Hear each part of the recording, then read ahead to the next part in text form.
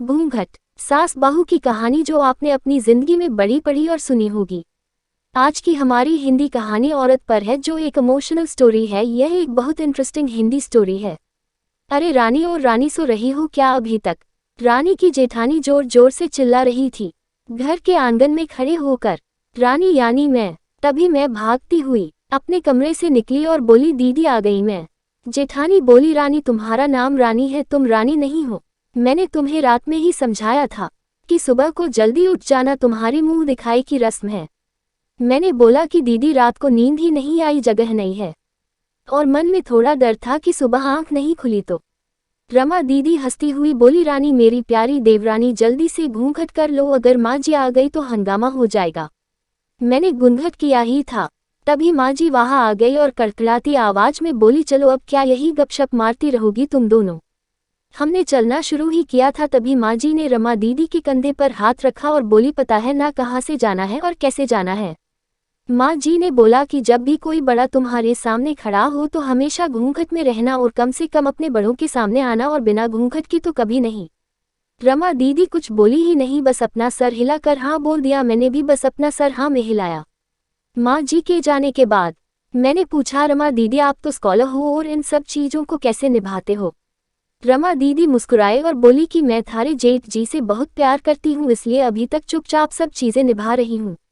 मैं कुछ नहीं बोली और चुपचाप रमा दीदी के साथ घर के बाहर वाले कमरे में जाकर बैठ गई। वहां पर एक पड़ोस की आंटी जी बैठी थी। वो बोली कि यह कैसे बहू आई है, ससुर जी सामने खड़े हैं और ये यहाँ बैठी है। मुझे कुछ समझ ही नहीं आया, मतलब। रमा दीदी बोली कि आंटी जी अभी नई बहू है, यहाँ के रीति रिवाज सीखने में थोड़ा समय लगेगा। रमा दीदी मुझे वहां से उठाकर मेरे कमरे में छोड़ गई। 7 महीने यूं ही छोटी छोटी चीजों में बीत गए। फिर एक दिन मैं राहुल के साथ साड़ी लेने गई। राहुल का फोन आया और वो दुकान से बाहर बात करने चला गया। साड़ी की दुकान पर मैं बेधड़क होकर साड़ियां देख रही थी। तभी साथ में बैठे हुए अंकल जी खान से एक बार, फिर 2 बार, फिर 3 बार मैंने साड़ी वाले भैया से बोला कि भैया इन अंकल जी को पानी दे दो, बहुत खांसी हो रही है इन्हें। अंकल जी भड़क उठे और बोले, क्या बदतमीज लड़की है, ये कुछ शर्म लिहाज है या नहीं इसे? दुकान पर हंगामा देख राहुल बाहर से भागकर अंदर आया और अंदर आते ही अंकल जी के पैर छूकर बोले, मामा जी आप यहाँ। मैं घबरा के दुकान से बाहर निकल आई, एक लंबा घुघुंट करके गाड़ी में बैठ गई। राहुल बाहर आया और गाड़ी में बैठकर गाड़ी बहुत तेज चलाने लगा।